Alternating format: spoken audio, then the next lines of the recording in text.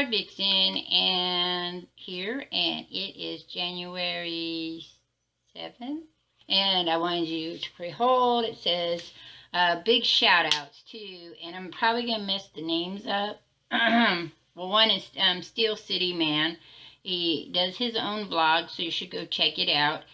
He does lots of great comments on mine. And then the other person is Yoriko Rayne. And I hope I said that right. If not, you can smack me around. I am really, really horrible at pronunciation. I have to hear it in my head. I have a type of dyslexia, and so I have to hear the words in my head before I can say them. Not see them, I just have to hear them. I don't know why, it's just the way it is. And I never did learn to pronounce words. I learned to memorize them. That's how I was taught to read. This is what the word ran looks like, so that's the word. And so learning to pronounce things didn't come until I was in college in the 80s. So I was born in the 60s. I was in school. I was in kindergarten in 1970. So it was another 10 to, 18, 19. Well, no. Well, it was over 10 years before I learned how to pronounce. And then I didn't do well then either until well after my daughter was born, because I had to teach her to read. And then my son made it even better. So my pronunciation is a little better if I think about it. But there are some words that are just out of there. So the label of this is called reading. And, the reason the shout out for Yoriko Rayne, because she made this beautiful, picture for my, channel artwork, which I will put up. Hopefully it'll be up right after the vlog is up. Also, really quick, this vlog might run a little longer, but I am going to be gone for a week from my computer. I'm hoping to have everything recorded and uploaded, so I just drop them while I'm away. But if not, you don't see any regular videos from me. I haven't gone away. I'll be back somewhere in the last part of January. Okay? Alright, so this vlog is called Reading. And the reason I'm going to do something about reading is because it has such a big impact in my life. Like I said, I went to school, kindergarten, excited to learn to read. Didn't learn to read in kindergarten. Really upset me. I already knew my ABC, so it was kind of like a very lonely time, kindergarten, for me. And it was the beginning of a very lonely childhood. So I was a very lonely child. I was not always alone, but I was very lonely because I didn't have intimate peer. And when you talk about intimate, you're not talking about sex. You're talking about those relationships in which you share parts and pieces of yourself. So I didn't have intimate relationships with my peers. I was unable to make friends. I was bullied a lot, and I was treated very isolated. They made fun of me for stupid reasons, and I was an overly sensitive child, so I cried. I'd cry sad things for people sad. If somebody was mean to somebody else, I'd cry. If people were mean to me, I'd cry.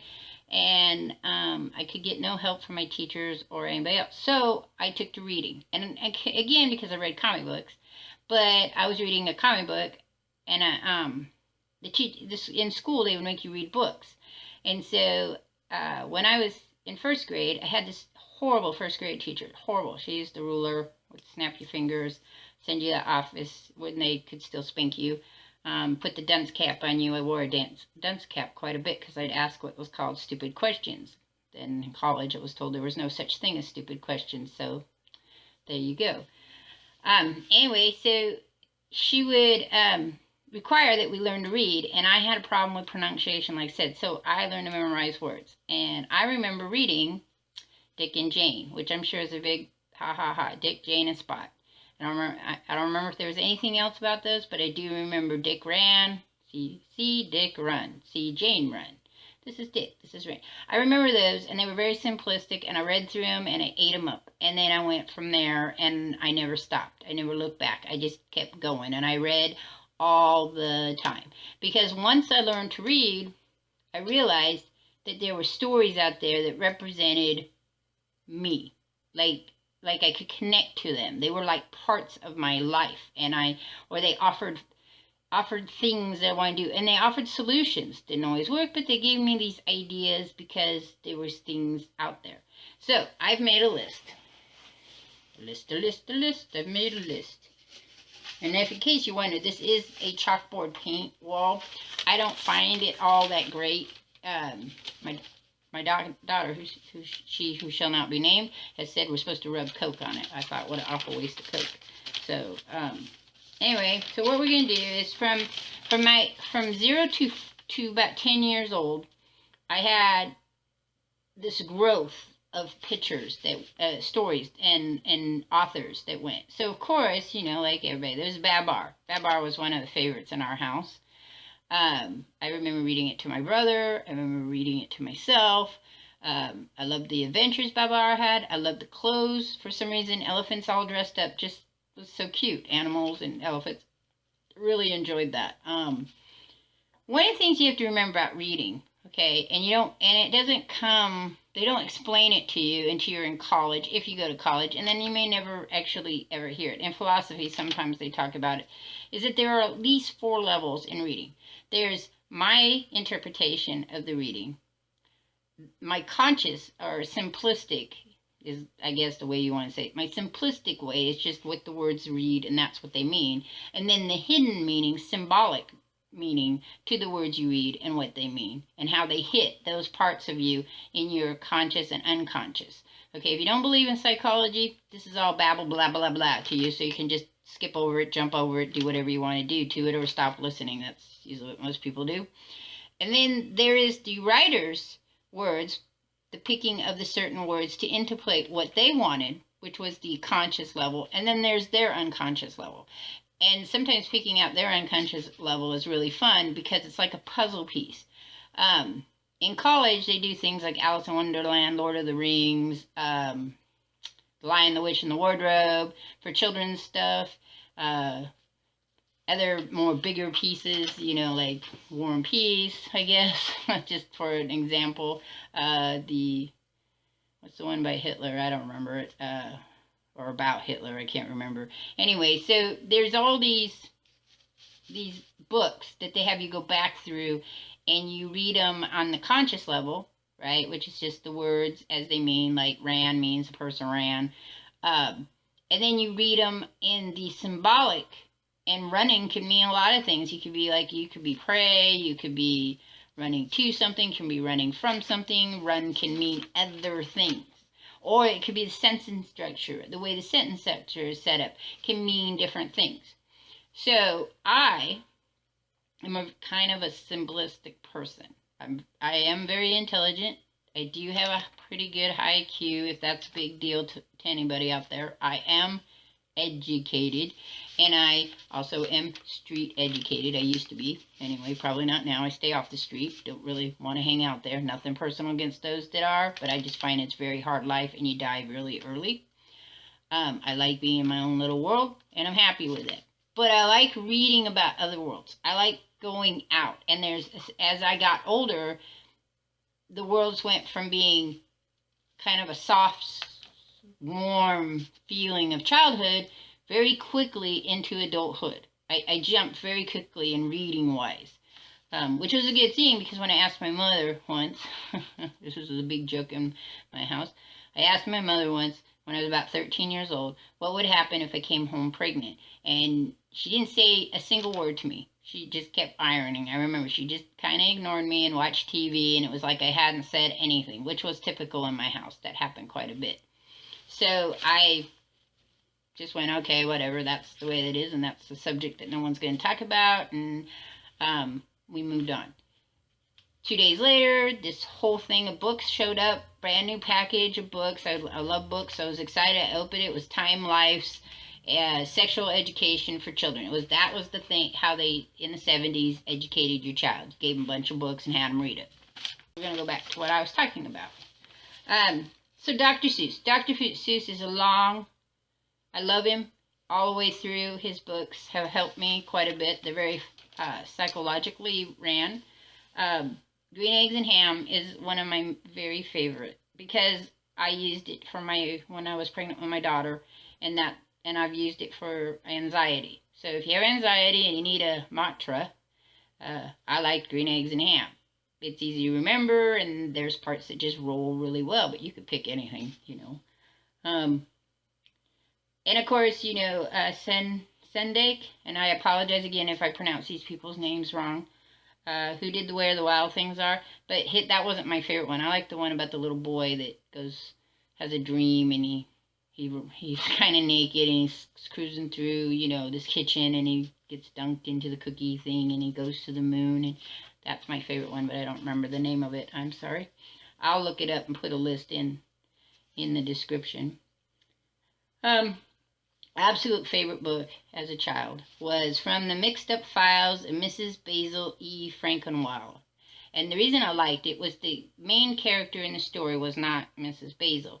It was Claudia. And Claudia runs away with her young brother James. And they go to the museum. I think it's the New York Museum. I don't know which one. Historical Museum, I think. And they live in the museum. And this, for me, was awesome because I always wanted to leave home. I always wanted to be able to go away and live on my own. And the other side of the mountain is another one like that, where the boy leaves and he lives on the side of the mountain all by himself. I was just always interested in that survival concept of being able to take care of yourself away from the adults, because the adults in my life were not very helpful, and in some cases were harmful. And so I wanted a world that I could take care of myself. Then when I became an adult, I didn't want to be an adult anymore. I wanted to go back to being a kid, but I wanted that concept, that being a child with adult privileges. That's what I wanted. I wanted to be left alone and be able to live my own life as I see fit. It ended up that way, but, you know, it was a hard road to get there. And then Nancy Drew, of course. I had a cousin that bought me Nancy Drew books all the time. Loved them. I still have 4 from the whole collection. The rest disappeared somewhere around. And that's from the ages of, 5 to 10 years old. I was reading that. Then I started to move into things like Charlie and the Chocolate Factory. Loved those stories. They were my Alice in Wonderland. Didn't really like Alice in Wonderland. Really loved Charlie and the Chocolate Factory much better. The idea of a factory where we could eat candy to me was great because I was raised on a total natural diet, and candy was very rare.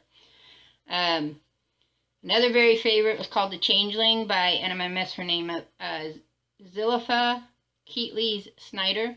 And the reason I love that one too was about this child who was so different, but she connects with another child who's kind of isolated, and one girl represented the shy, isolated part of me, and then the other girl represented the how do you say it? Like the wild part of me, the Shardvixen part of me. And so I really like that. But that story bounced me into reading Earthsea, which is by Ursula K. Le Guin, and I may have pronounced her name wrong. Probably totally did. Who then propelled me. And during that period of time, my mother was reading Andrew Norton. So I started reading Andrew Norton, which then propelled me to read Marion Zimmerman Bradley. And my favorite series by her is Darkover, even though she does The Mists of Avalon.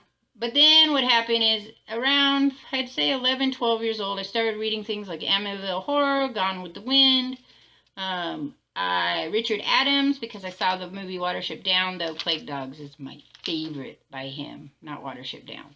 Watership Down's a little weird. So is this woman in the swing, or this girl in the swing. That one's really odd too. It's kind of a ghost story.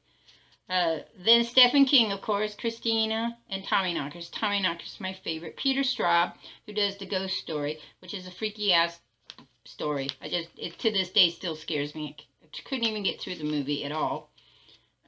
Piers Anthony, who then flipped over to Piers Anthony, then took me to Jack L. Chalker and Glenn Cook. And Glenn Cook is how I entered adulthood, is under those people. And still reading Marion Zimmerman Bradley, of course, but all through Dragon Riders, Anne McCraffy, The White Dragon, and The Ship That Sang were really important to me. Now, why am I telling you my life through reading?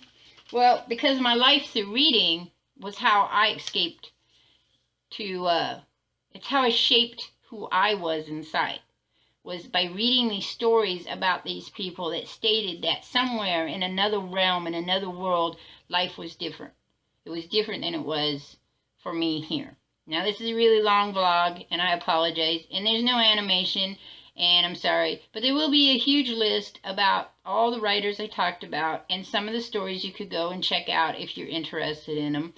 If you want to know if I've read a story that you really like, an author or something, go ahead and put it in the comment and I'll tell you if I have. If I haven't, I will try to find it and read it and then let you know about it, because I am big into reading. It's one of my favorite activities to do. I don't do much now that I'm doing a lot of videoing. I also wanted to show you, see, got my hair done again. Woo-hoo-hoo. Nice and shaved, and got the 2 little braids going on. My plan is to grow my hair again down to the middle of my back. It was that way about, probably about 7 years ago. And then I cut it. Was going to be professional for a little while, and that didn't fly with me, so I went back to my original haircut that I've had since 2004, which is this one. Actually, probably about 2006, because in 2004, I shaved my head completely. I had really long hair, and I just shaved my whole head. Loved it. It was great. It was freeing. It was, made people think I went off the whack land, you know, like they did with Britney Spears, but that wasn't the case. And then I had a mohawk for a while, did the mohawk thing, and then I really liked this style. Because then when I let it go, the hair comes down around here. And the longer it gets, the more it just looks like hair. And I can either wear my hair down or I can wear it up. And because of what's on my face, which is why I wear the mask, of course, it also comes on my head. It protects me. Anyway, so that's it. What I will be doing is down the road is I will take one author, and then I will talk about how that author and the books and the time period and everything, and when I read it, how it affected me, and what I thought the writer was trying to talk about, which may or may not be what the writer was talking about, because most of them are dead.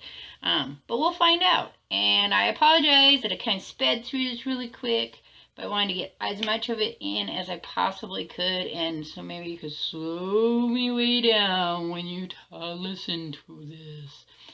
Anyway, that's it. I'll catch you all on the flip side, and I am out of here. Peace.